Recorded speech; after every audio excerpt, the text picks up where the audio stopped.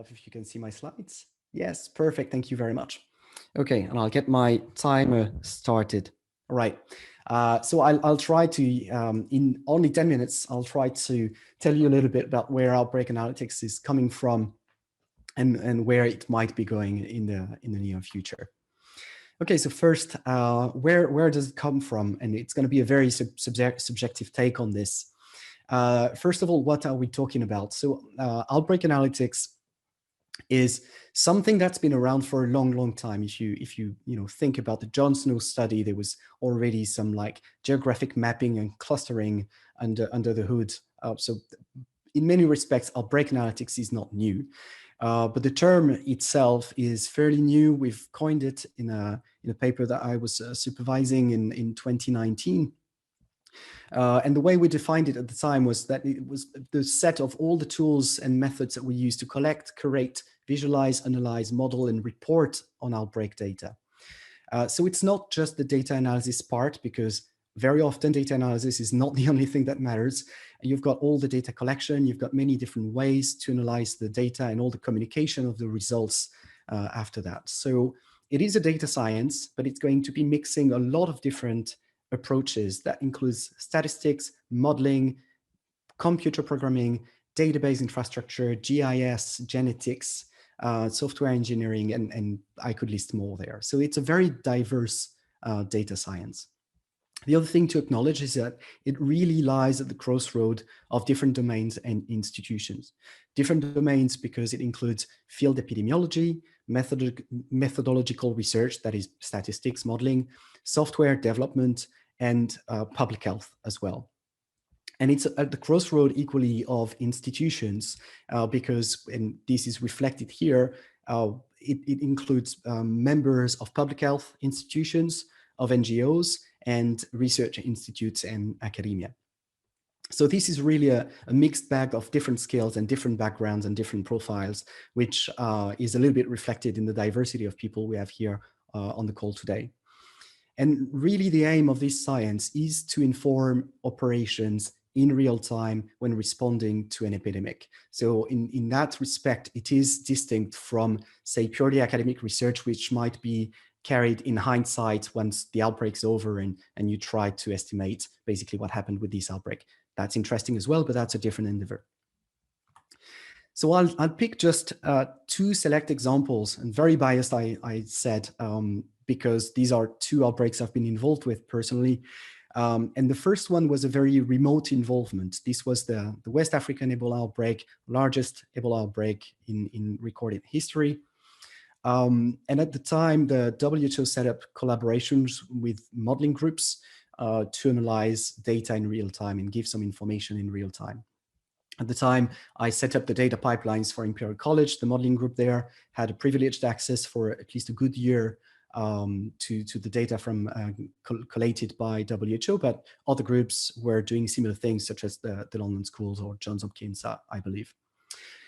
So what were we doing? Well, a lot of descriptive epidemiology, a lot of number crunching to estimate delays, incubation period, length of hospital stay, serial interval distribution, estimate the reproduction number, try to forecast how many cases are we going to see in 2 or 3 weeks' time, and so on and so forth. But something that must be noted there is that we were all comfortably seated behind our desks in London when this happened. So this was an analysis cell of sort, because it was a full-time job for more than a year, but it was a remote analysis cell. And in hindsight, looking back at that, I think the operational value of this was largely mitigated by the fact that we were very remote and disconnected from the field. A different experience has been the more recent Ebola outbreak in Eastern DRC in North Kivu and Ituri provinces. Second largest in history, in recorded history, much smaller, but still a very complicated outbreak, partly due to the fact that the area in which it took place is a very difficult place with a lot of violence and military conflicts, which threats the local population first, but also in our case, the response staff and facilities.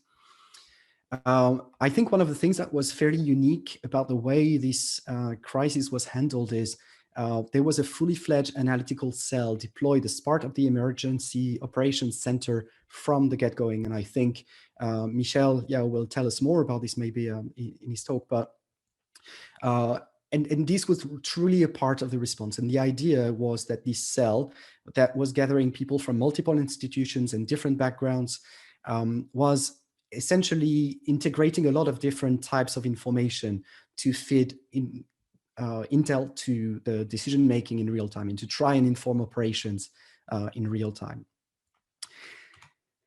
And now, obviously, the elephant of the room, COVID-19, there's a huge pandemic going on. And in the UK, at the very least, modeling and outbreak analytics in general is really put to the forefront. And I'm now getting used to seeing my line managers in the newspapers. And some topics, including fairly difficult concepts, such as super spreading, how to measure super spreading when you characterize the offspring distribution of a disease, being discussed in mainstream media outlet, which is definitely something I would have not expected. So there's a lot of outbreak analytics going on at the moment. Where is it going? The disclaimer is I don't know, and if I knew, well then, but many people would know, and we wouldn't need this discussion. But there are a few items I can point out. The first one, in terms of methodology, it's not all about developing new methods to answer statistical or modeling questions, but it is a substantial part of the work. And the danger there is that we can be moving in all directions. And if we move in all directions at the same time, we probably won't go far. The illustrations on the left are taken from a paper by Anne Corey from Imperial. This is a matrix of data in rows, and the columns are different kinds of questions. You've got a why when, yes, these data can be useful for that question. And this here is some kind of map of the different methods linked with the different types of data that can give specific types of insights in an outbreak response. Now, it is problematic because it's very diverse. So the key questions are going to depend on the epidemic context. The key questions are within one given epidemic are going to evolve with the different phases of an epidemic, from the early response to evaluating interventions and impact and building resilience later on. Different data may be used to answer the same question, which is going to be a problem, and different data come from different methodology. If you want to estimate a growth rate, for instance, you won't do it the same way from epicurves as you will from contact data or from phylogenetic trees. So there's many directions we could go. And I think one way to not get lost is going to be to identify key questions, the common denominator, the most common questions that we see for a vast number of emerging disease outbreaks. And we need to be able to define sound canonical solutions, methodological solutions for these problems. Now, related to this, there's a problem of doing research in an emergency, and that's something a little bit new, to me at least. How do you validate research? If you develop a new method in the heat of an emergency, the normal scientific cycle of going to peer review in a journal and getting reviews back and so on and so forth is way too slow. So we need to think of alternative ways, not necessarily to replace, but maybe as a temporary replacement to validate research in emergencies. I think another move that we need to be making is go closer to the field. And what I'm representing here is really drawn from my experience with the Western African Ebola outbreak, where a large group of modelers and statisticians at Imperial was effectively running an analysis cell. If you see them, let me get a pointer, thinking the data is collected here at a local level, aggregated nationally, then aggregated at a HQ level, then passed on to modeling groups, you see that delays accumulate already a little bit. And it's not just delays, it's also that there's a disconnect between the people who do the analysis and the people who actually collect the data, are aware of the situation, and are aware of the operational needs, the key questions. And the problem is that this is going to go down the other way as well. So it's going to be a lot harder to translate results because the analysts won't be talking directly to the people running the operations very often. and the delays are going to go on the way down as well, which means by the time you have usable information, maybe it's too late already because you've predicted numbers of cases for 2 days ago, and that's not useful information anymore. And so an alternative model that I think we may want to consider is move out data analytics resources closer to the field, because we do benefit from having direct interactions with all the pillars of a response, not just the surveillance or the epidemiology, but also IPC, social sciences, logistics, security, and so on and so forth. And I mean, by this, that means we will need to do a lot of capacity building to have people that are able to go to the field in an emergency situation. And I'm already over time setting a bad example, but this is my last slide. The last slide is about making tools. And I'm using this proverb, you probably all heard it, give a fish to a person and you feed them for a day, teach them how to fish and you feed them for life. And it's really two different types of cultures. When you develop methods, the two different attitudes exist and in different domains. So the give a fish, like, pardon the term, kind of attitude is when you are faced with a question as a methodologist, say a modeler or a statistician, you develop the solutions, but you keep them to yourself and you share the answers. That means every time that question is going to arise, people need to collaborate with you and come to you, and you will be running your model to give them answers. The other way around is to teach people how to fish. So you will take a question, but from this question, you will bring a solution that you implement in a tool, in a software, and then you share the software. And the people themselves will answer their own questions. They will use your software for that. And these two can be successful in science. So it's not a matter of being successful or not. But I think historically in infectious disease epidemiology, we are very much in a give a fish paradigm. And I think this is evolving towards the other attitude, which is something that we see that is the commonplace in, say, molecular ecology, in phylogenetics. The teach to fish attitude is the prevailing one. And we see in an increasing number of initiatives to develop open source tools like the R Epidemics Consortium, or more recently the Epi Forecasts platform put in place by Seb Fong. And I think there is a lot more that we need to do to build a consistent and coherent ecosystem of software and ultimately have automated analysis pipelines. And I am massively over time by 2 minutes. So these are just my, my take-home summaries. And I'll stop sharing my screen now.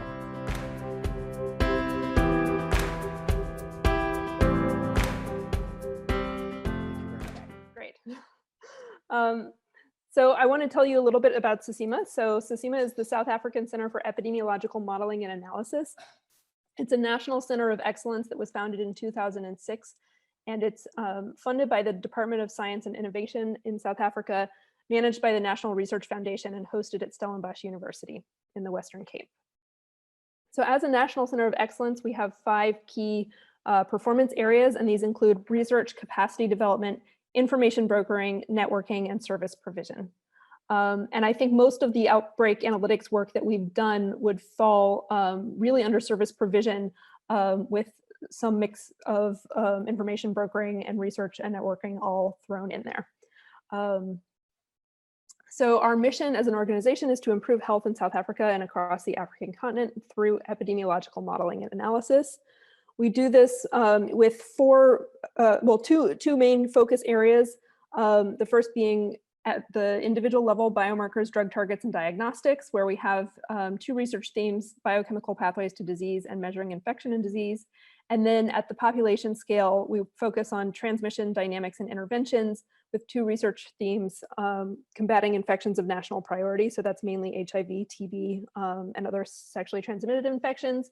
And then the last theme is rapid response to emerging threats, which is a theme that has been developed over the last few years as we've responded to outbreaks within South Africa, mainly within South Africa. So this theme started in 2017 when there was a measles outbreak in a school here in Stellenbosch, and some of us at SACEMA developed model-based counterfactual scenarios to assess the impact of a reactive vaccination campaign during this outbreak. And along with that, we developed an information sheet that was shared with students and their families, and a web app that allowed students to explore the model used in assessment. And so that was our sort of initial entry into trying to do rapid response modeling. The next main opportunity came in 2017 and 2018 when South Africa experienced a listeriosis outbreak of unprecedented scale with more than 1,000 laboratory confirmed infections. In March of 2018, once the source of the outbreak had been identified, SACEMA was asked by the National Institute for Communicable Diseases to develop a forecast for how the outbreak would respond to a product recall of contaminated meat products. We were able to deliver the results within 48 hours of receiving the data, and the resulting projections helped to set and communicate expectations for the impact of the recall, thereby increasing situational awareness and providing a benchmark against which incoming data could be assessed.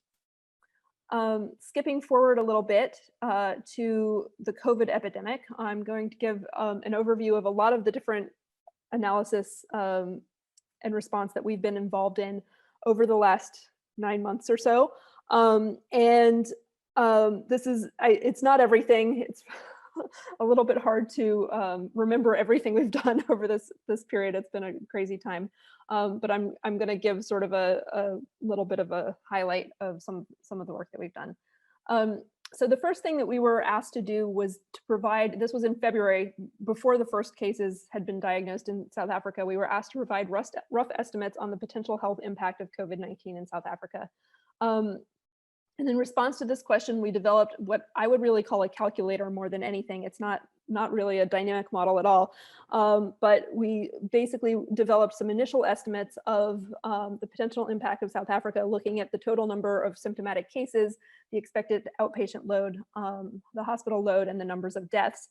And there was a huge amount of uncertainty at this time. So what we did was develop a simple model that would, and an app to go with it, that would allow people to adjust parameter values and see how that affected the estimates that came out. We were then asked by the National Treasury actually to develop a model of when we expected to see the first 1,000 and 10,000 cases. So in response to this question, we took an approach of using a branching process model, seeding introductions on the same timeline as the known infections. We assumed a constant probability of detection and an epidemic trajectory that continued without substantial intervention. And we were able to project the cumulative number of cases and estimated that the cumulative case count was likely to reach 1,000 cases between the 28th of March and the 2nd of April. It turned out the 28th of March was the date on which South Africa reached 1,000 cases. And then actually the day before that, the 27th of March, we went into a national lockdown. And so the 10,000 case projections were really sort of moot at that point. So that was mid-March. And shortly after that, the Department of Health established the South African COVID-19 Modeling Consortium. So this was actually bringing together expertise from 3 different universities within the country. The core team includes Dr. Sheetal Silal, who is based at the University of Cape Town, myself, several researchers from the University of Witwatersrand, and it's coordinated by Dr. Harry Moultrie, who's based at the National Institute for Communicable Diseases. And working together, we developed 2 models, the National COVID-19 EPI model and the National COVID-19 cost model. And we've done this with ongoing support from clinicians, virologists, and epidemiologists, helping us refine key model assumptions and parameters. So as a group, we put out projections regularly between March and September, which were shared with the Department of Health, the National Treasury, and other partners. This is just a schematic of the National COVID EPI model. I'm not going to go into any detail, but essentially it's a modified SEIR model that takes into account the progression of the disease as well as the care-seeking pathways. The reports are available online. So if you're interested, you could certainly look at them in more detail. And these are the types of projections that we were providing: the number of cumulative cases through time, ICU beds, and other hospital beds occupied through time, as well as cumulative numbers of deaths. And on the deaths here, you can see that we're just differentiating between hospital-based deaths and excess mortality as well. So the national COVID epi model has been used really broadly within government. It's been used to inform policy guidance by the National Department of Health's Ministerial Advisory Committee. It's been used for facility readiness, for estimating staff requirements by the National Ventilator Project, the Oxygen Planning Team, et cetera. So we've had really broad penetration across different aspects of the government response. More recently, we've turned our efforts to what we're calling resurgence monitoring and looking at doing real-time analysis of the data. We get data drops every couple of days, and we run a series of algorithms on them to look at different metrics of resurgence. This is just one example of that, what we call sustained increase monitoring, where we're looking for sustained increases in the numbers of cases using a couple of different metrics, and then also monitoring to determine whether areas have begun a second wave. We have specific definitions of all of these terms. We've also recently launched a public version of this dashboard. So there is a government dashboard which has more data and more different metrics on it. But we've been trying to do some outreach to the public as well, and increase situational awareness among the public as well as among our government partners.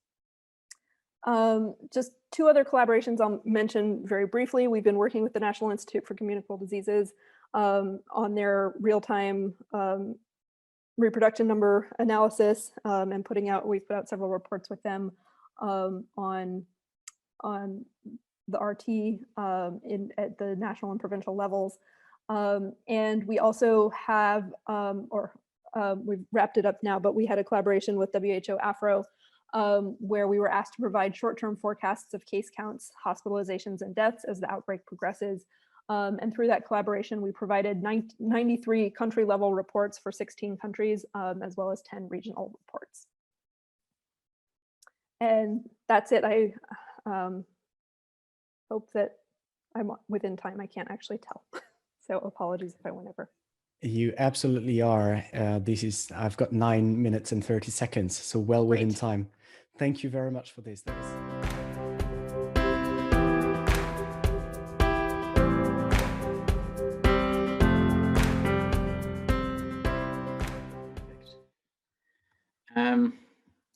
Let me put myself in. Okay, great. So we'll be brief. There's a lot of stuff that is, I mean, the audience are very familiar with, I think, as we've spoken about it already, and Thibaut, you've presented some of that. So I'll just give a few brief words on the analytical cell and some of the efforts that were done in Eastern DRC in the last, I guess, couple of years. It started in 2018.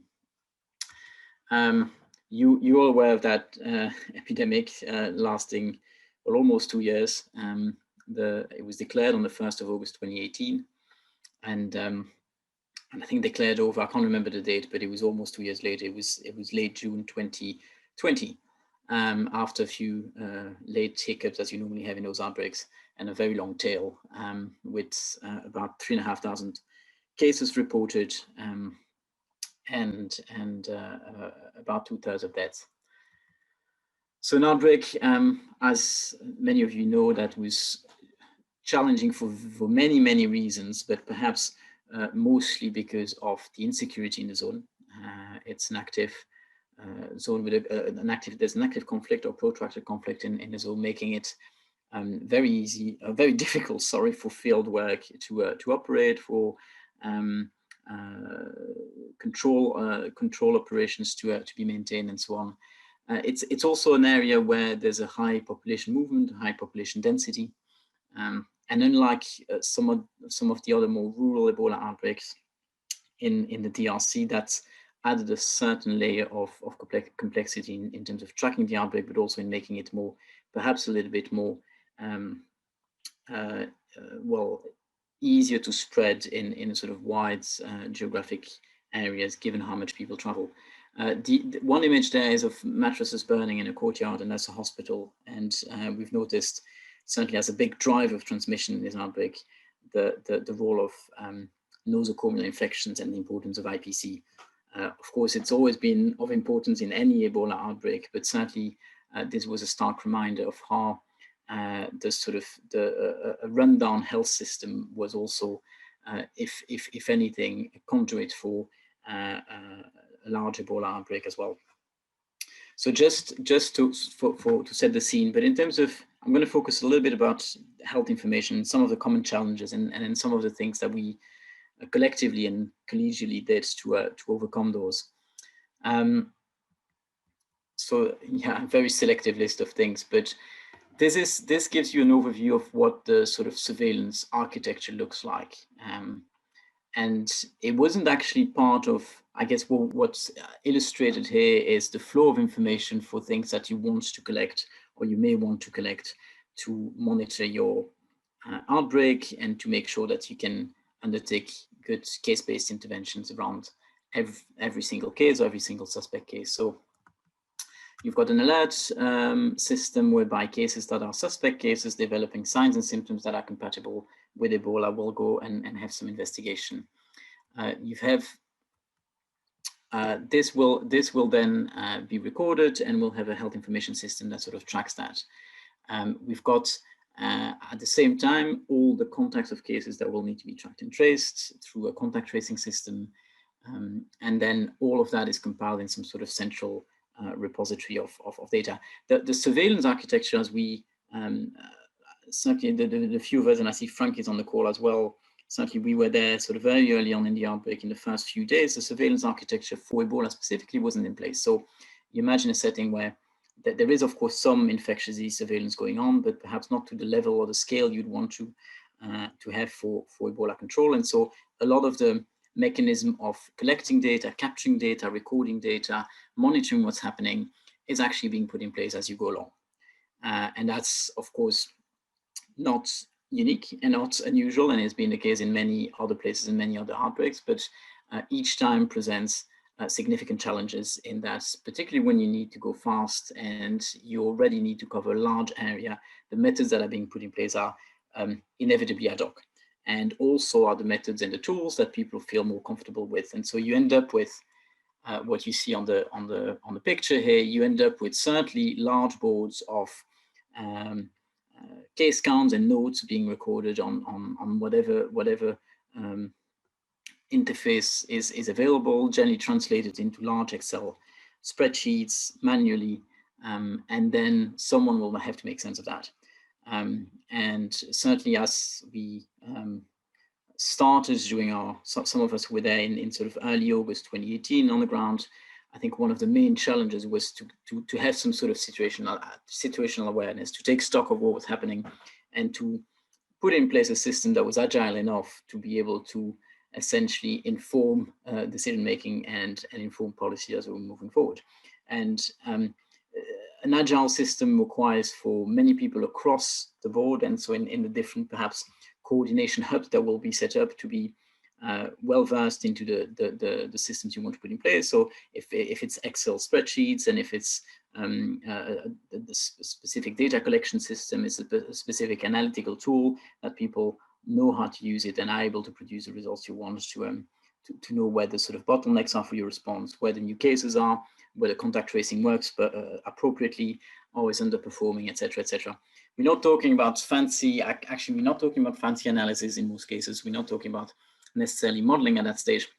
We're talking about setting the health information infrastructure that allows you to find out what's happening and point to particular sort of underperformance, bottlenecks, and so on.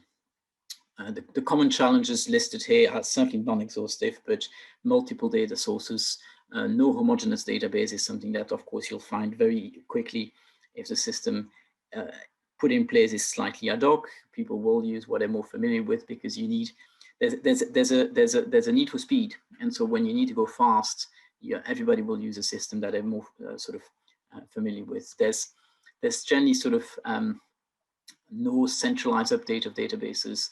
The data pipelines quite often are being sort of put together independently as well. In terms of analysis, the reproducibility and traceability of analysis is limited. So and understandably, when you've got very few people doing the analysis and people doing that in different places because of urgent requests, and certainly I can speak for myself. You do that on a late night after everything else, and with the tools you've got to hand. So there's a lot of that all of those things are not necessarily assessments of. They're no judgment as such, but I guess it's just more taking stock of a reality and a reality check of what's happened in an outbreak of this scale when things need to move fast. And I guess one of the things we put a lot of emphasis on in DRC is some of the, not just the difference, but the equally important aspect of doing what we call micro-analysis. And that's really forensic analysis, which doesn't require statistical approaches in most cases, but it's really knowing for every single case what's happening, whether the investigations have been done properly, whether the database is properly filled in, whether we've got through all the information we needed to have, and that we can really have sort of we're able to dig really deep into what's happened for every single case. And then the more macro level, high level strategic analysis, which certainly need to be done, and that's to orient control strategy, vaccination strategies, and so on. That is, I think, a graph, Thibaut, you may have shown it already, and anyway, I've borrowed that from your slides. so it's probably been shown in earlier presentations, but it's essentially a nice illustration of what eventually the analytical cell looked like. So it started off by being quite, patchy with a few people involved in that. It was eventually beefed up, and we had, as Thibaut explained, a cell that was staffed by a number of agencies, coordinated by WHO, a lot of GOARN partners, so people from university settings in various places were joining as well. NGO partners were part of that as well, to try to compile, collate, triangulate, and analyze information from various sources in a sort of more centralized way and at a strategic level, both on the macro level and on the sort of micro level. It had a training element to it as well, so capacity building and training by certainly developing analytical and data management approach that could be transferable locally. And I guess it has had some success, but I would argue that it still needs more work. And capacity building is certainly not a sort of an easy endeavor, and something that certainly requires a lot of time, but also requires that engagement with sort of local experts and capacity from very early on, also when the methods and tools are being developed. Sorry, I'll just interrupt here to say you've reached the 10 minutes mark. So just to make sure you've got time to say what you want, but it's okay. Well, I'm gonna just do one slide here about what we do, or what did we do. We worked on sort of routine monitoring, more in-depth analysis, deep dives, some operation modeling, and the social sciences. And I think Simone will talk about that a little bit later. The examples you can look at them yourself. So I think I will again give examples. I didn't hear who was speaking there. Was it Michel? Oh, no, sorry. It was my second meeting. Go ahead, please. Oh, okay. The examples I want to show here, and I'm going to really whiz through them, but it's just to show that it wasn't necessarily something complex. Most of the outputs from the analytical cell were actually fairly straightforward and easy, but it's more about the process of doing it, the reproducibility of analysis, perhaps the robustness of the methodology that was used to eventually display fairly straightforward results. And this was just, for example, looking at what the baseline level of alerts would be in a given zone, to try to have some benchmark to evaluate surveillance in various places. And this led to, and there's words missing here, but this led to, for example, us being able to see whether in new health zones that were affected, the level of alerts was optimal or not. So it's just simple monitoring, but through perhaps a little bit of a smarter way of analyzing and capturing the data. And then there was some sort of, I guess, short-term forecasting that was done, and Thibaut can speak to that far better than I do, but certainly looking at the reproduction number in particular health zones, and then with that evaluating bed capacity for operational monitoring. And the question about bed capacity in any Ebola outbreak is a big one, of course, and that's been done numerous times and in an iterative manner. And so I'll pass over to Michel now, and I'm sorry to be over time. I completely didn't look at my watch, of course. So just to bring on in 1 minute some operational perspective as a manager or incident manager of this kind of operation, you look forward to having a clear answer for decision making. Thibaut mentioned inform operation in real time, and this is critical. What is the situation? Starting by simple time, location, people approach in EPI, as well as understanding the risk factor. And this is the point that Jerome mentioned, is becoming more behind EPI itself, involving also social scientists to really understand what are the beliefs, what are the risky behaviors, and in a perspective of controlling an outbreak. And then the other part that is widely mentioned through the different presentation is the modeling. It's part of the game, and you need to at least have an idea of what could happen. And then the other point that is critical in this analysis is what is the impact of the ongoing response. Am I doing well, or do I need to readjust things? So you count on modeling, but you count also on the analysis, on the perception for coming from the communities and so on. Next, and the last one. And it's also a strong advocacy and planning tool. Advocacy, because you need to bring on the table evidence. When you meet the minister or when you have to talk to politicians, you have to show evidence. And this EPI analytics help to provide answer, evidence in terms of, or maybe support a new strategy to also, I'm giving an example. If you have, for example, nosocomial infection, if the analysis do not highlight, it's difficult to convince people to invest more in it. Help also in terms of the morale of the team to see that we are doing well, or if we are not doing well, these are the reasons, and this is where we should target on. So it has become a critical part in any operation, mainly for outbreak response. Thank you very much for your attention, and sorry for being long. Over.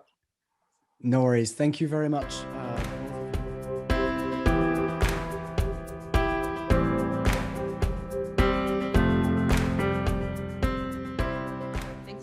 I'm actually asking a colleague of mine, Giovanna, to join me in this. She's going to explain a little bit more about some of the opportunities with Go data, and she's much more adept at explaining that than myself. I'm here in the capacity. Let's see. Can everyone see a full screen now? Yes. Great.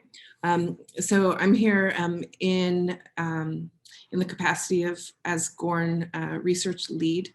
And I know that many of you actually belong to institutions that are GOARN members. So apologies for some repetitiveness or things that you already know. But GOARN is an institution, as many of you know, that provides not just technical support, but also surge capacity for WHO's health emergencies programs, as well as other GOARN partners. And so this is a very loose network of networks, and we have global representation. It probably needs to be distributed a little bit better. And so that's one of the goals for the coming years.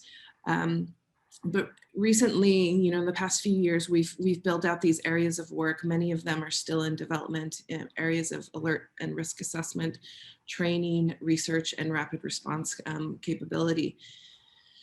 I have the daunting task of trying to build out a very relevant and operational research machine for GOARN. And this is really based on this concept and foundation of evidence-based outbreak response. And much of this deals with and is focused on real-time frontline information gathering and data collection. And I love hearing Olivier talk about the realities in the field, because sometimes data collection is not systematic, and many of the times what we're doing in the field is good enough for that day at least, or to get us through the week. But then moving into analysis, operationalization of findings. And I think this is really key. I think I'm excited to hear from Simone, because I think that they've done a really good job of really building out the last elements of this, which I think is really critical on the ground. So operationalization of findings, implementation, and then really assessing whether or not these changes have actually improved response in lives saved or transmission reduced. So some of the targets for GOARN research, you know, we're active, but very remotely, I think for the first time with COVID-19, and it feels like a very strange space to be in. And so as we're building out GOARN research, I'm really trying to avoid using COVID as too much of a model for what is normal, and building it on kind of the bread and butter of more smaller scale outbreaks. So some of the targets we want to do for 2021 with GOARN research specifically is to really build a cadre of field aware researchers, right? So this is people who know how to do robust and systematic research, really understanding the realities of what's going on the ground. So either they can start and implement this research, or really understand how those data that they're analyzing is really formed. Then also develop some research aware responders, so people really understand how evidence-based outbreak response works and how we can actually do things better. We also need to start to, I think, improve our process for remote deployments, making sure that people who are on remote deployments get some value added for that, maybe some institutional support to provide some time, protected time to do this response remotely. And then also some rules of engagement, both for individuals in how they operate in terms of research, but also how institutions collaborate with data sharing and acknowledgement publications, but also how we roll this. Once again, the goal is to operationalization and changing how and improving how we do response. So I'm going to turn it over to Gio. Gio, do you want to help? Sure. Thank you, Lina. So I'll be brief. For those that don't know GoData, it's a digital platform that allows the rapid collection of data related to outbreaks. So mainly case investigation data, contact tracing data, laboratory data. And this allows for a unified standardized data set to be available quickly. And the software gives like in real-time chains of transmission and basic key performance indicators, basic ones to help decision makers every day in the field. So it's highly configurable. It's really meant to be used in the field in terms that it also gives a way of allowing the contact tracer teams to know how many cases they have to monitor in the field and what how the workload is allocated. So basically, I would say now it's been used over 60 countries. It first started during back in Guinea, 2015. We went to deploy the first pilot in during Ebola outbreak. And most recently, we went back this time in DRC for the Ebola outbreak as well. It's still being used in Beni. And since February, it's been an increase in demand in the context of COVID-19. Next slide, please. Thank you. So if you want to know more, I'm just giving you a couple of resources. We are a small team in headquarters. 7 of us work globally, and 3 of us are based in the CDC, and they are focused on US. We have developed quite a bit of documentation now. There are some courses. The support we give is in French, English, Spanish mainly, and there are some online training courses we are making more in French. And in terms of activities, we have a strong request from our countries. They want us to help them set up analytics, prepare dashboards. So we are during our implementation calls, whether we are remote or deployed in the field, we are helping them to develop tools, and everything is put in the GitHub and it's open source. And we have now strong over 800 users in our community of practice, and they share as well their code and information and SOPs. If you're interested, contact us, sign up to the community of practice to learn more. Thank you. Over.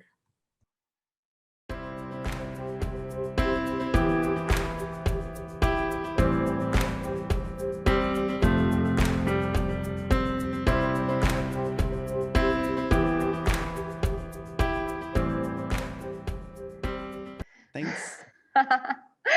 Thanks. So just very quickly, for those on the call who don't know what the Social Sciences Analytics Cell is, we were set up in September 2018, a bit ad hoc and very organically, mostly me chasing around Olivier and Thibaut at the beginning.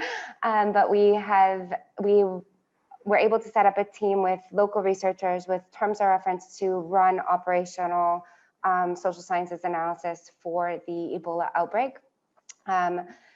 So it's one of the first times that there's been a platform providing real-time social sciences analysis and really aiming to link it to epidemiological trends and providing more explanation on what we're seeing in epi or surveillance data.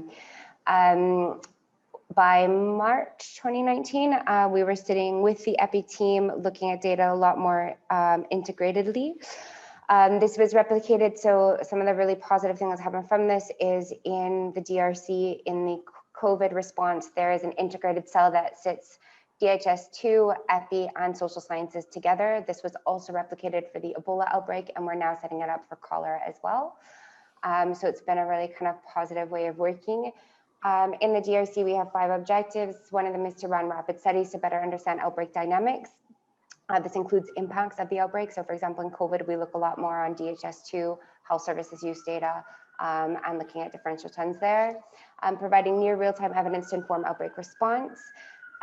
Supporting the different actors to use evidence and to co-develop actions. So for us, it's not enough to just have the data, it's really about how we're making sure and supporting that data getting used. Part of that is creating a space for what we call integrated multidisciplinary outbreak analytics. So we're bringing together different data sources, which I'll explain a little bit today. And we're really focusing on capacity building. So we work with local researchers, but we also have PhD and master students in the DRC who we're working with to support on this approach. So we took the outbreak analytics that I won't go into because Thibaut's already explained that. And we said, okay, this is wonderful. This is from their paper. And what we proposed is that there are key questions in integrated analytics that should take place as well. So that help us to understand factors which may influence transmission in terms of context, influencing more inclusive epi and biomedical data collection, things like surveillance forms, contact tracing forms, how do they look, what kinds of questions are being asked, ensuring that we have a strong understanding of mapping of health systems and services, doing quantitative household and healthcare worker surveys to measure changes in behaviors, perceptions over time by location, running qualitative studies that are very specific, looking at understanding differential trends. So if we see, whether it's high numbers of community deaths in one area or specific affectation in a group, monitoring interaction and trust with response interventions and how that would affect pickup of the response, and of course, making sure that we can exit doing no harm or less harm. So the integrated social sciences analytics perspective is really about doing perspective data collection, so comparing over time, location, gender. This let us identify differences that can influence outbreak analytics. We look at explaining trends, monitoring changes in trends, behaviors, access and use of services, doing reactive data collection, so really looking at what is either of what we're seeing in outbreak analytics or in DHS2, and trying to explain that through qualitative data collection. Really creating a space, as mentioned, to bring together different data sources, which I'll show a little bit more in detail. And and then influencing the tools for data collection, which I think is something that is really important of what are we already setting up a master line list surveillance vaccination forms, what do they look like, and how are we being more inclusive in those tools. So I'm going to skip this one. Yeah. So what kinds of data sources we're looking at in an ideal world, and this is kind of what we have for secondary or broader impacts of COVID. For example, we have the epi analysis, we have health services data use. So for example, thinking of Ebola, understanding that we see high rates of nosocomial infection, but we also, with free healthcare, saw huge increases in health services use, which then you can see can lead to overcrowding and higher risk of nosocomial infection. So making sure that we are looking at what's happening in routine health services use is also critical. Having community or individual perceptions, behaviors, healthcare workers, making sure that everything is being looked at over timelines and by location. So understanding that there are different strategies applied by different locations, mapping when there are specific public health and social measures put in place and how those might change dynamics of health services use. Also looking at things like markets, movements, and prices and how those impact. And of course, understanding what are the pre-existing conflict, gender, traditions, culture. So just a quick example from Ebola when we were looking at nosocomial infection. So for example, in healthcare worker surveys, we found that in one house zone, we had healthcare workers who were more likely to report being unable to talk to patients about Ebola, being unable to detect a potential case, or reporting that they were unable to protect themselves or their patients from infection. Interestingly, this is also the same area which would have higher nosocomial infection in that same area. So then we're trying to understand, you know, what does that mean? What's happening differently in that area from others? So then we looked at health worker survey reports. And what we're also seeing in that same area is that healthcare workers were reporting receiving less training, or that the training was outside of the healthcare facility location. Also increased number of patients reported in the DHS2 data, reporting crowding in the healthcare facility. So doing a triangulation of these findings with IPC and DHS2 data, IPC documentation, which indicated that there's less than 50% of the 1,200 healthcare facilities in that area that had been supported. So it's not just a perception, it is actually a fact. Seeing that the DHS2 data also demonstrates that there was an increase of up to 200% following the free healthcare. So then, of course, we're looking at, does this vary over time? What was happening? So also ensuring that we're mapping things like events in that location. So it's also the specific location where there were increased perception of risks in healthcare facilities as a result of attacks, which was also reinforcing that the training was happening off location. So all of these kinds of things together give us a better idea of, or a more holistic understanding of why nosocomial infections would be taking place and how to address them more specifically. This is another example. We worked really closely with the EPI team on understanding the related risks and causes of infection among children under 5. So we have, again, on the bottom left here, the DHS2 data of health services use of children under 5. EPI data looking at the transmission chain analysis in the top left corner, seeing that children were infecting children in healthcare facilities. We did verbal autopsies and illness narratives. So those are specifically with the parents of cases of children under 5 to understand more in depth what were the recurrent factors in those cases in terms of behavior, perception, healthcare seeking, services at healthcare facilities. Recognizing, for example, that I think over 70% of those parents reported that the children had received injections while they were in the healthcare facility. And then, of course, making sure that we are working with IPC reports and data to also understand what's happening in the healthcare facilities. In terms of looking at the impacts of COVID, we do similar. We don't work with EPI data so much because in the DRC, it's not so great. But what we are looking at is health services use. So whether that is maternal and child health care, malaria treatment, malnutrition care. We look at sexual and reproductive services, use of family planning. So we are constantly monitoring all of the DHS2 data. We're running it with an interrupted time series analysis to be able to see trends over the last 2 years. And then every time we're seeing differences going, we have a longitudinal qualitative study across Goma and Kinshasa to follow up. We add purposive data collection with private healthcare facilities that are run by Médecins du Monde and IRC as well as with mobile clinics, which offer sexual reproductive family health services from Mary Stopes. So we really bring in different data sources from different NGOs, which also reinforces the use of that data. And we run healthcare worker surveys, which were developed with Harvard Humanitarian Initiative, IPC teams in WHO, and reviewed by WASH Cluster colleagues as well, to make sure that those surveys are really used by both WASH Cluster partners and health cluster partners as well. Just to give you an idea of all the different partners that are involved, so we really do have a collaborative approach. We have a term of reference which is signed off by the INRB, Minister of Health, the PDSS, so the Programme National for Development of the Health Systems, I think that's right in English, and what they call the Direction Against Direction Générale Direction Against Health, against sickness, illness, from the Minister of Health as well. So we have a collaborative mechanism in place to be able to run this kind of operational analytics. When we write up briefs, we do it jointly with all of the different actors on this site. So people get a chance to review tools, participate, and then we hope that that reinforces the use of them. So we have a very strong strategic positioning in terms of when it's cholera, for example, we as well work with the National Group for Cholera, we work with the Minister of Health, we work with INRB, etc. We make sure that we give an opportunity for people to review and contribute to tools, to review and contribute to reports. We present basically anywhere we can at all of the moments. We try and cut up presentations so that they're a little more useful for different groups. That includes now civil society, with donor meetings, NGOs, clusters, all of the different ministers of health at a local level as well. Then we host workshops for things like the broader health impacts of COVID. So every 6 to 8 weeks, we have a workshop focused on a region where everybody presents different types of data to understand really what are the broader impacts and how we can be better addressing them.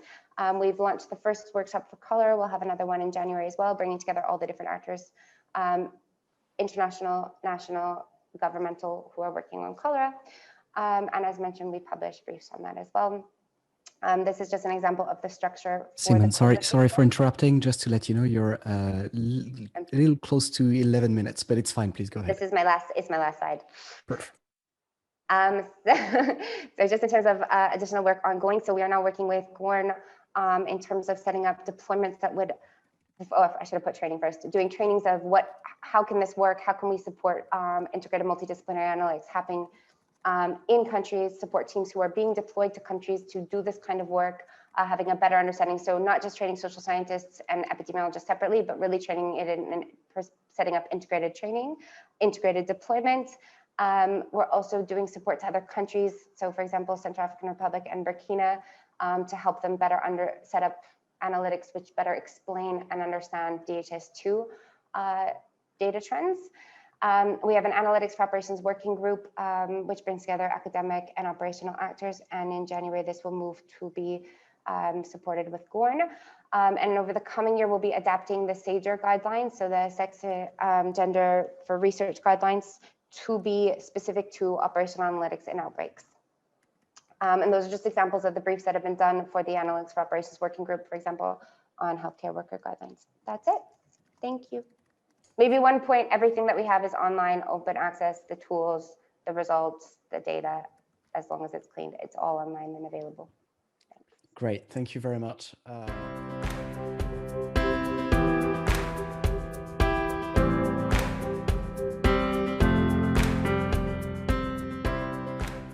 Yeah, it's full screen now. Great. Over to you. Okay, thank you very much. So I'm going to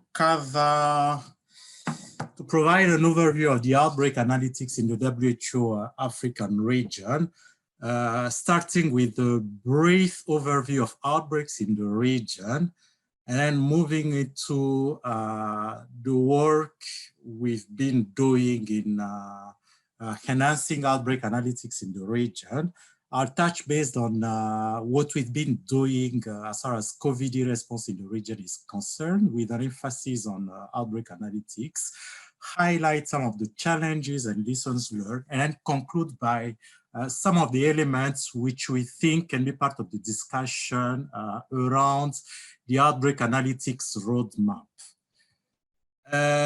You may be aware that the WHO African region is plagued by numerous infectious disease outbreaks, On average, we do have over 100 acute public health events reported each year from 36 out of 47 member states. And we do have, as part of the implementation of IHR, almost all the 47 countries implementing IHR, which is translated into the notification by our countries of any given outbreak occurring in a country. So this is just more information can be found on one of the publications we did recently.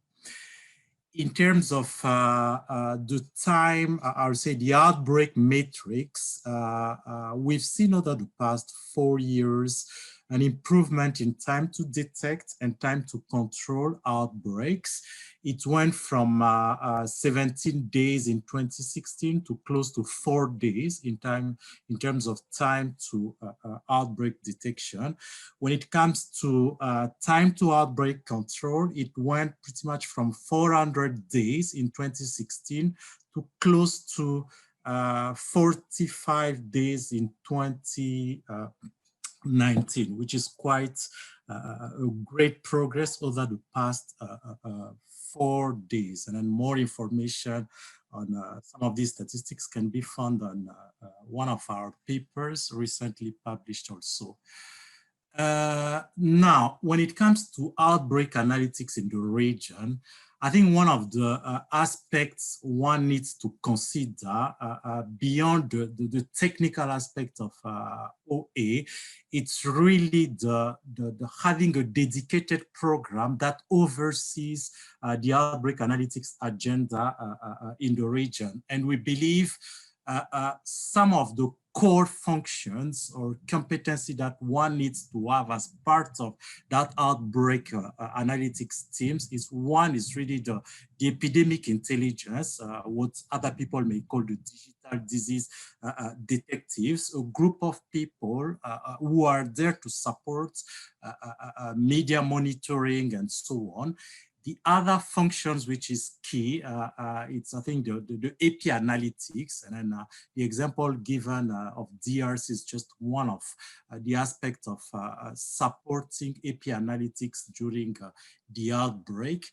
The other one is really the one related to software development, and then business intelligence analysis. So we also have some colleagues focusing on that.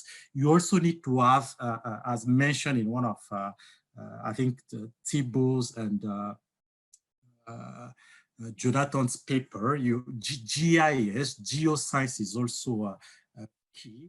And then one of the key aspects also, it's not just analyzing the data, but it's also being able to turn the data into information. So you need people who are capable of like writing either scientific papers or just information products, which can be shared with those who are making decisions. You also need some biostatistician. We do have one as part of the team. And of course, the way you package your information, you need like a graphic design to make it look nicely. Of course, under that, you also need someone who will be coordinating all these teams.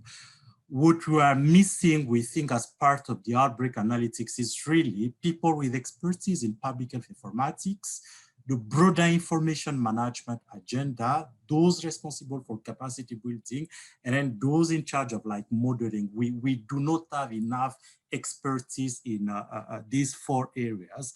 I've not put the area of social science or genetic phylogenetics, which is also key as we talk about outbreak analytics. So this is like the team in the region overseeing the agenda of outbreak analytics in our region. And I believe as part of our discussion, it will be critical to be looking at each of these different functions. When it comes to the implementation of outbreak analytics in the region, we are using, I would say, a combination of approaches to strengthen outbreak analytics, moving from like the electronic tools. There's quite a number of tools that are necessary to perform some of the analytics. I've just mentioned some of them, which are like EOIS to Go data, which presentation was given and then the e-words, but you also have what I was saying, like as part of the response, you need to have a specific entity supporting the response. The Epicale in DRC can be one of the examples.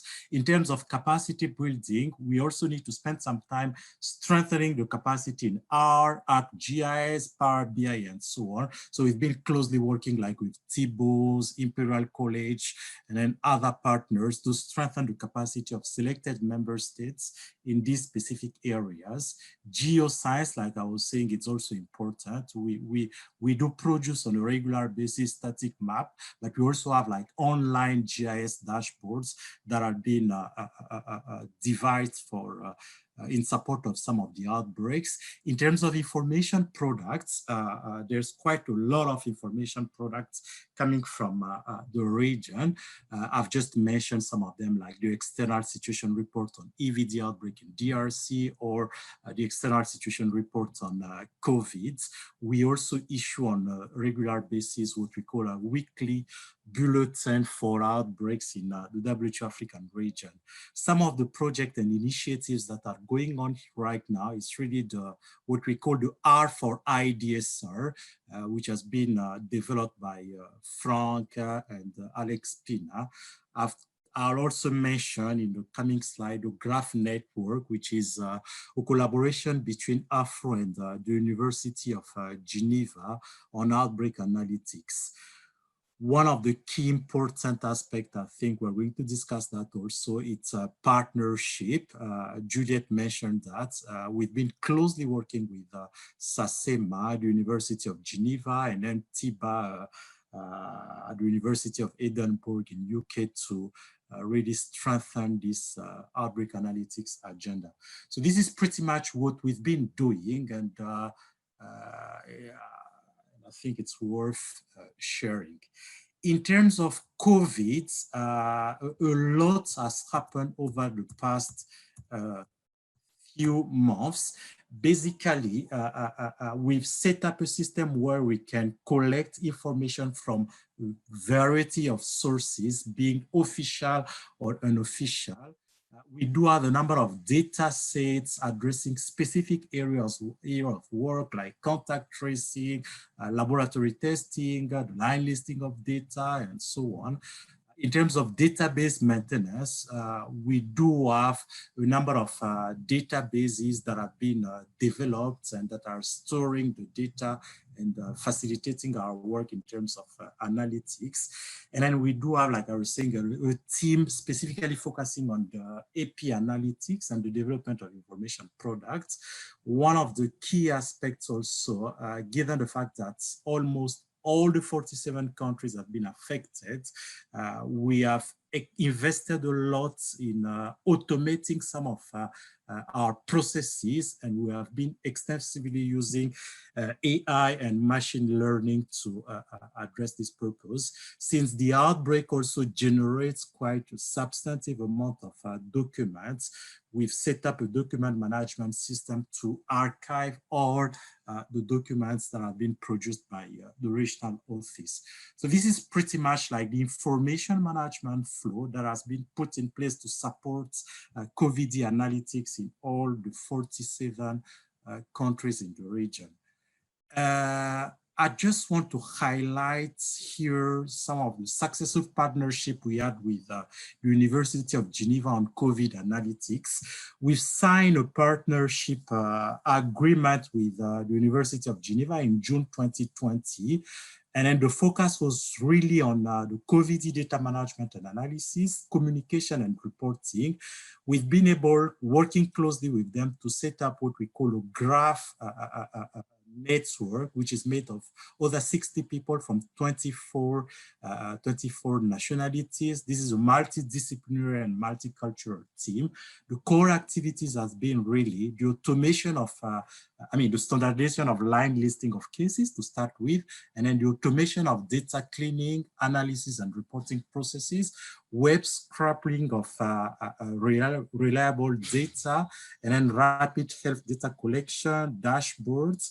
We've also been using the NLP algorithm for literature review for each of the countries. And then we've also been working around the risk mapping and then stochastic network simulations.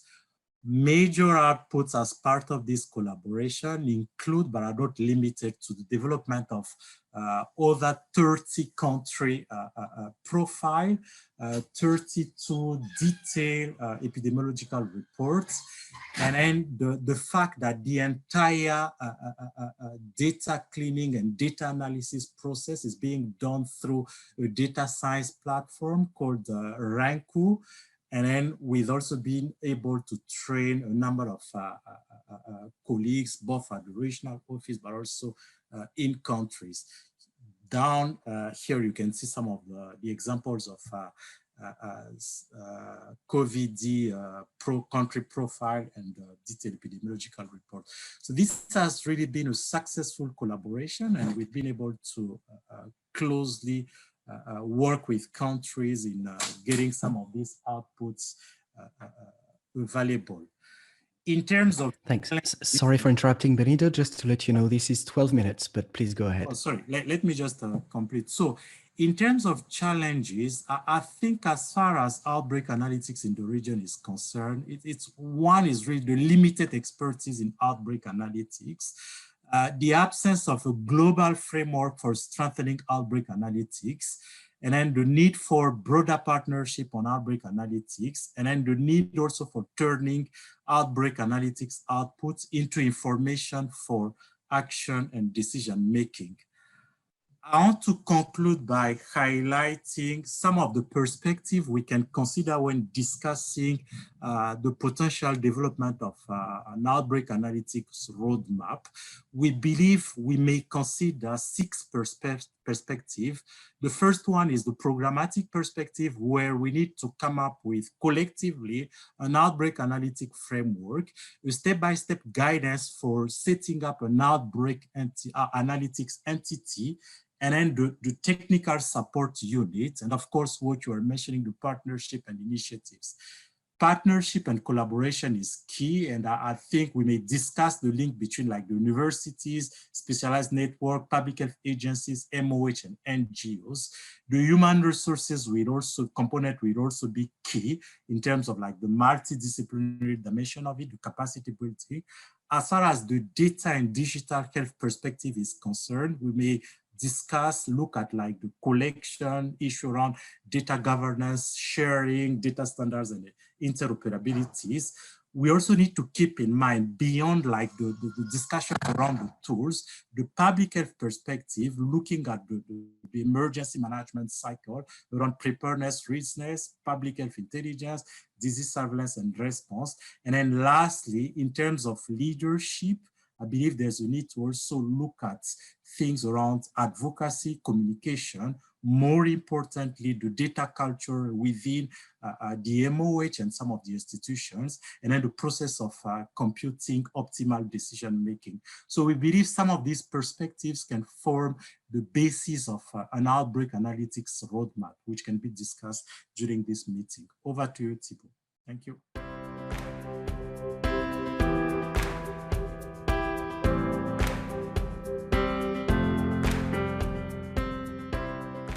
Wanted to discuss with regard to the work of Imperial College of the kind of real-time modeling response in connection with actually informing UK government. So there's been quite a lot of work. I mean, some have been more academic than others, but really I want to focus on informing the policy and building an outbreak analysis tool, or yeah. So back in time, I think Imperial College was one of, well, maybe the first team to kind of show, to kind of back calculate the number of real coronavirus cases and kind of to ring the bell that it might be a problem. At the time, I think if you look at the news, everything is about, yeah, so if you look, it's, you know, Sussex staff who deploy as Megan stays longer than expected in Canada, something to do about Brexit. So really in the UK, at least, not much about coronavirus.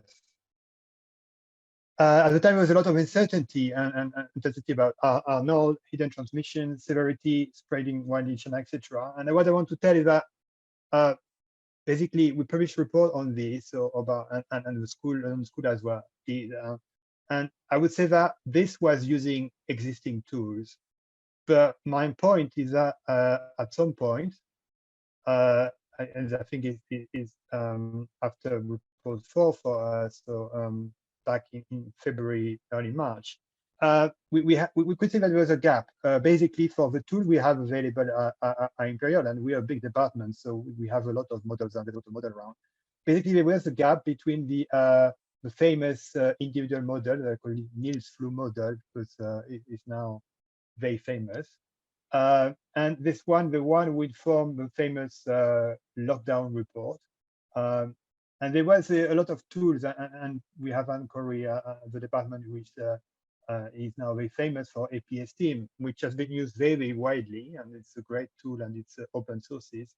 But really there was a gap in the middle, and we didn't have something which would say had the capacity of reproducing transmission mechanism like Niels' model, but was able really to fit to data streams. And when I say to fit to data streams, it's to fit with the specificity of COVID-19. That means potentially we wanted to have finite structure, because we know that X structure is so important with COVID in terms of severe outcomes. Focusing on healthcare pathways. So COVID is basically a very mild, benign disease in most of the cases, but there's a few, and actually quite not because of the high Arnold of COVID, but it has this particular dichotomy of being at the same time in most of the cases benign and in some cases very, very severe. So all of this, basically, we didn't really have a tool, and we wanted to have as well particle filter and CMC. So if you take each of these points in isolation, there are tools. But if you want something which really has all of this together, there was not something existing. So this now coming back to the structure of how we advise government. So in the UK, we have a structure where there's a group of modelers, PIM, and I think some people at this talk would be sitting as an PIM. So it's a group of modelers.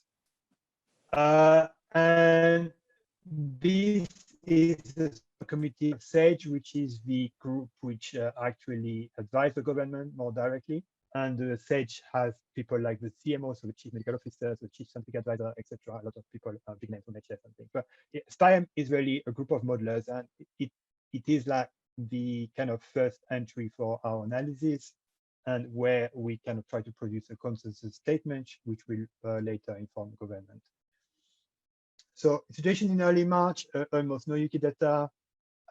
We were, so basically, I would say, it's fast doubling time. So you think it's some shitty situation, but you don't have the data. So that's the situation. And at the same time, political situation, panic. So you can see from in 2 weeks time, you go from, it's a sort of almost like war situation. So we were basically trying to produce our own tools to be able to reply to incoming policy questions. So you can see that from it's kind of started as a same time of a lockdown, building a model in Odin, which is an R package allowing you to kind of do relatively easily transmission models. So then on the 26th, we were kind of measuring the first impact of a lockdown. But I put kind of, these are slides from presentation we were doing at the time, and I think I want to show you the feeling of how things are evolving.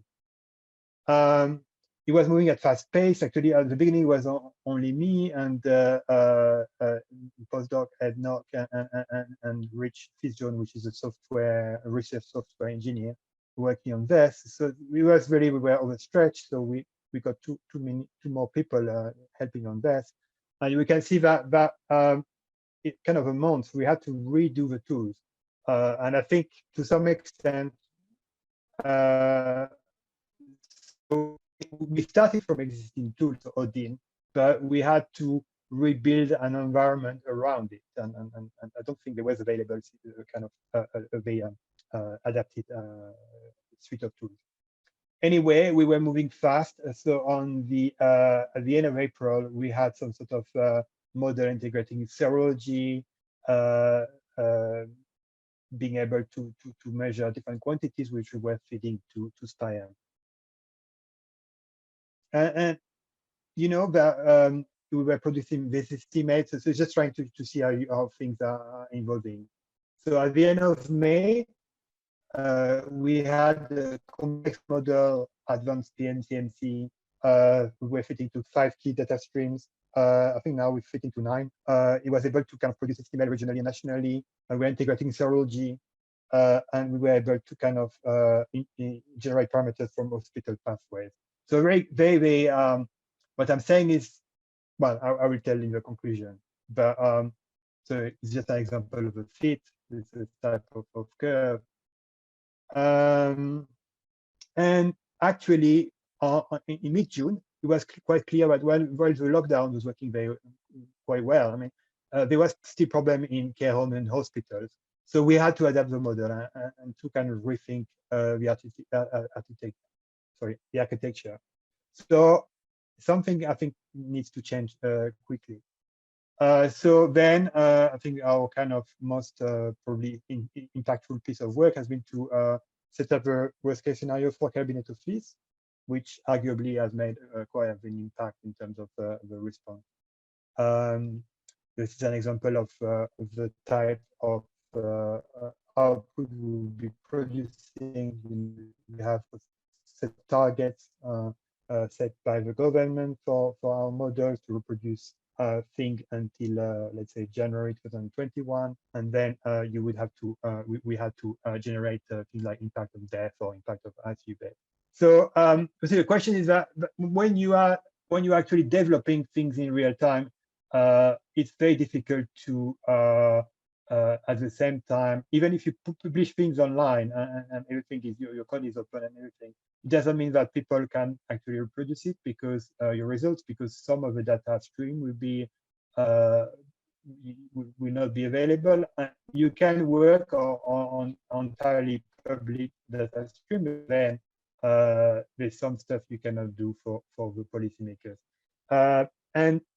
Yeah, so now we are basically, after all this very hard work, we only have our first kind of output as a publication in Wellcome Research, I think a few weeks ago. And this is we always had our code public from day one. So it's not a problem of the code, it's a problem of having the right kind of documentation and data streams and things available to share. So a few concluding remarks. I think it's important, it's very important to have there's a big importance of existing tools at the beginning of an outbreak. But I think that due to the specificity of an emerging pathogen, new tools are likely to be needed. I think it's something you cannot really avoid, and I would like to make this point. And I think this leads to a capacity problem for most teams beyond the existence of tools. And if you look at all the kind of important papers or I know papers are not everything, but I think they are they mean something. They have been done by group with a lot of modelers, and I'm thinking of a London School or us. I mean, but it's not so much that I think you cannot, even if the tools are there available, there always be a capacity problem. I think it's difficult to share tools in real time in an efficient way. I mean, it's very easy to share the tools, but it doesn't mean that other people are able to use them because of data issue or because if you share things and you're at the same time producing results from somebody else, you don't have time to really have documentation and anything. So even if you have a code on a GitHub repository, it doesn't mean that other people can use it easily. And the final point I would like to make is how you avoid designing the tool for the previous epidemic. So I think all epidemics are associated with big advance in methodology and tools, and you can take I mean, SARS, Ebola, etc. But how you do if you design a outbreak analytic tool to really be sure that they are efficient and useful for the next one coming. And I mean, an element I said I focused on the real-time effort, but there's a there's a lot of people at Imperial College, and I want just to cite the one which are kind of linked to what we were doing in some way with the real-time approach, but there's also plenty of other people. So.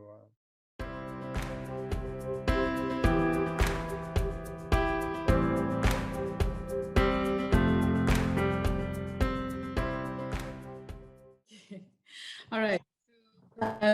About that, and thanks, Thibaut. So Flavio and I will just briefly present some of the analytics that we developed at Epicentre for MSF operations. So we'll focus on key outbreaks of the past 2 years.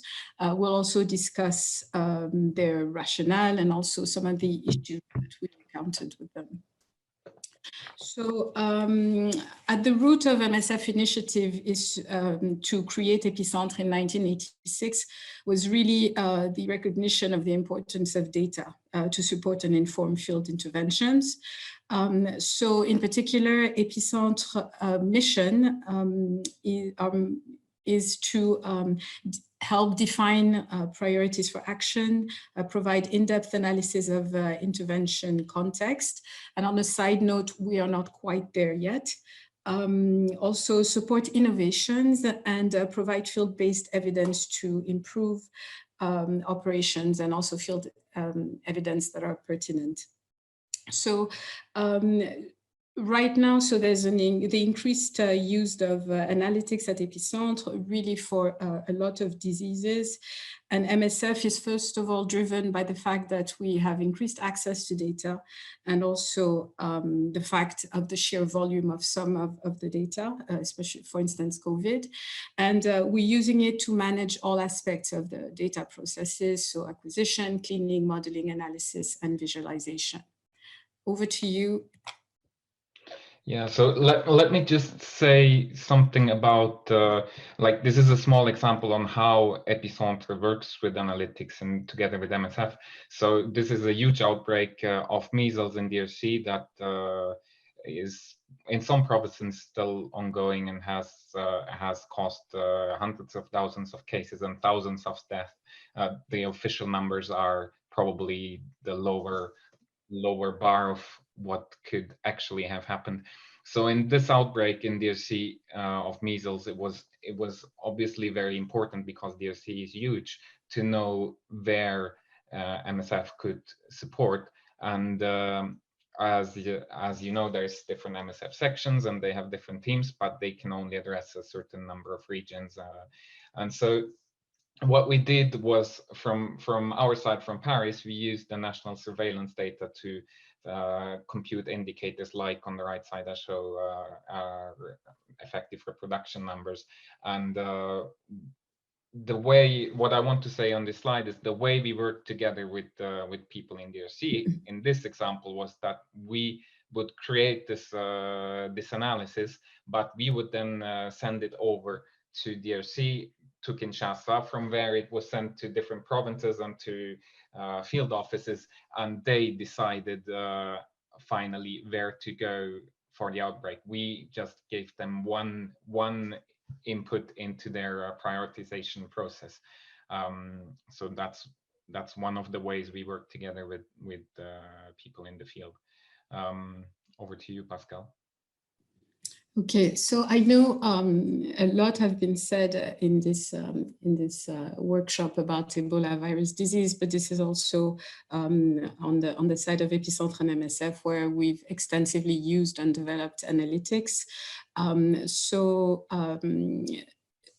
In actually both outbreaks, Epicentre worked intersectionally and supported all of MSF sections, which was already quite a feat to be able to coordinate all the sections. And we also coordinated strategic planning. So the main activities included the implementation of a standardized line list of all patients in EVD care at Ebola treatment centers and also the decentralized centers that were developed later, and the generation of a compiled database. We also produced an automated weekly sitrep in collaboration with the analytics cell. We had an online dashboard, and we also performed further analysis and other activities related to the follow-up of the outbreak.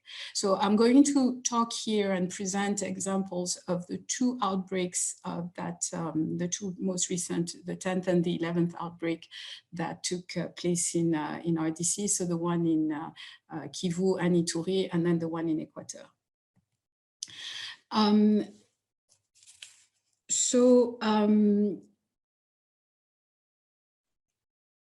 We used for EVD, we used EVD main indicators related to sort of community death and contact follow-up. And that was really to identify areas where MSF could support activities. So for instance, these indicators that were developed were used when, for instance, MSF tried to get involved in surveillance, which was not easy, but eventually happened. We also conducted spatial analysis to identify where MSF could interact, and this was really to identify where either the health areas or the cells where there was the highest transmission. We also looked, for instance, at fossas. We tried to conduct analysis to identify fossas where IPC support to activities could be implemented. And we also conducted, for instance, some analysis on healthcare workers who had gotten infected, and also vaccination trends. And those were in response to MSF interest to get involved in vaccination activities. For instance, they vaccinated healthcare workers, and also later to introduce the J&J vaccine. Analytics were also used to describe and monitor patient care activities. So we looked at trends of CT values and delay to admission. We looked at how we also looked at routine mortality analysis for EVD hospitalized patients, and we were also doing a multivariate analysis to identify the factors of risk of death. So I won't go into detail because I know we don't have much time. We also generated some programmatic data, for instance, to describe the mobile clinics activities that were conducted in Equateur. And in the case of both epidemics, actually, we developed a clinical database, which is still being digitalized, and we used it to capture all the patient file, all the data from the patients in the Ebola Treatment Center for the identification of signs, symptoms, and trends of deterioration among patients to allow for early and adapted intervention and improve patient outcomes. Lastly, I will briefly present some of the more ad hoc analysis that we conducted. So there was a risk factor analysis, which was more of a modeling where we aimed at mapping some indicators and identified which one had some sort of the best predictive power. So here I'm presenting we looked at attack rates and weeks in epidemics and in health areas, and that was actually Flavio's analysis. We also mapped the origin for instance, when there was a cluster of cases, we were trying to map the origin of the health area of origin versus the health area of notification of cases, which was to inform where activities should be implemented. And there was also a study that actually was also conducted both in the Kivu outbreak and the Equateur outbreak, which was the symptoms algorithm. And this is being analyzed to prioritize patients who are at the greatest risk of being EVD positive. And we're also looking at this analysis to maybe try to see how we could implement rapid testing. So this is also ongoing. But this was really to accelerate access to testing and treatment for patients who are in isolation. And lastly, where you can see at the bottom, we also conducted an analysis to evaluate the decentralized care model that MSF quite advocated quite strongly during the North and South Kivu epidemic.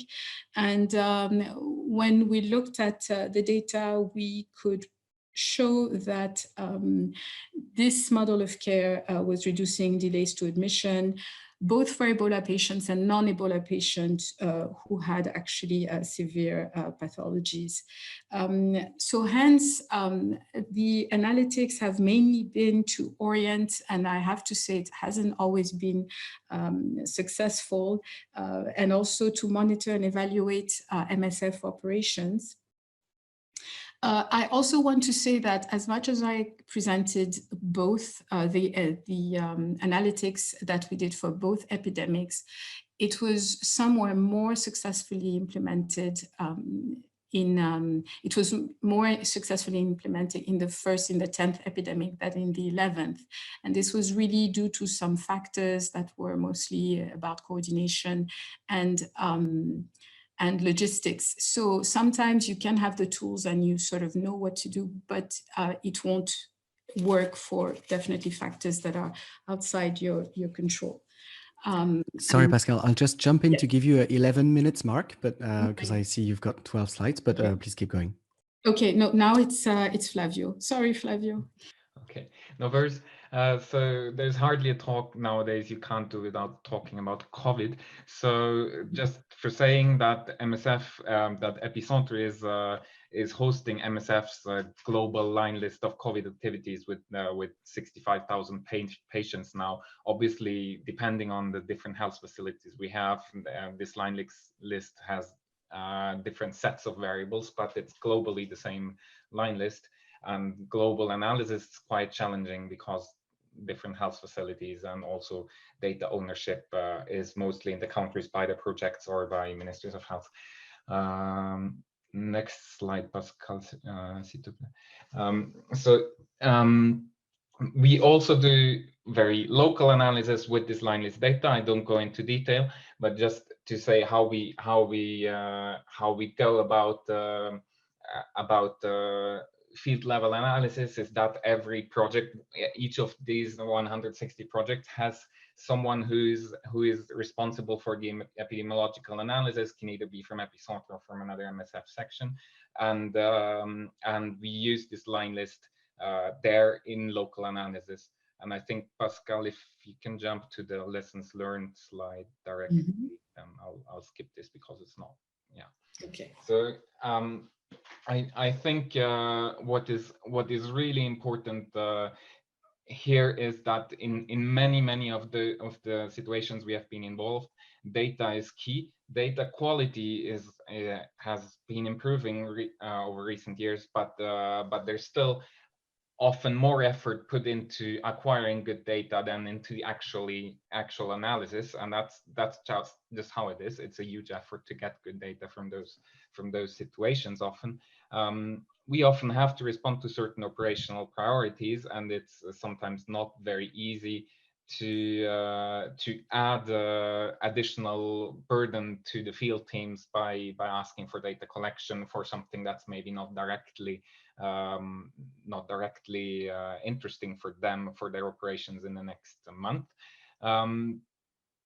What is super important for us is always the communication across different levels. If we always work with HQ, country offices, projects, and this communication really has to work well. Otherwise, it's impossible to actually translate results of whatever analysis we do into recommendations that can be set up, can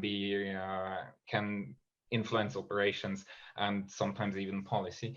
And obviously we always have to integrate different sources of information. So So one surveillance data set or one data stream is most of the times not enough to understand the situation and to take conclusions. So we oftentimes have to put all the results in context, and for this we need to talk with the people who are in the field, go to the field, talk with the MOH, talk with all the other actors. And so I really think that analysis without getting all the context and all the other data is worth not much.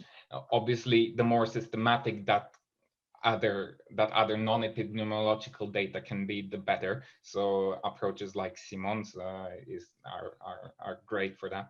And well, let me just conclude on that. I do think that we have a good capacity for analysis now. Bottlenecks, in my opinion, are still in many places data and getting analysis result back into policy. And I think that's not only at MSF like this. I think those are areas where we have to work on. Yeah. And so on the next slide, there is a lot of people who have contributed to many of these tools. And there's obviously more. We're many. So thanks a lot to all those people, and thanks for you for bearing with us on a slightly longer talk. Thanks. Okay, thanks very much, both of you. And that brings a conclusion to our talks. So many thanks to all of our speakers.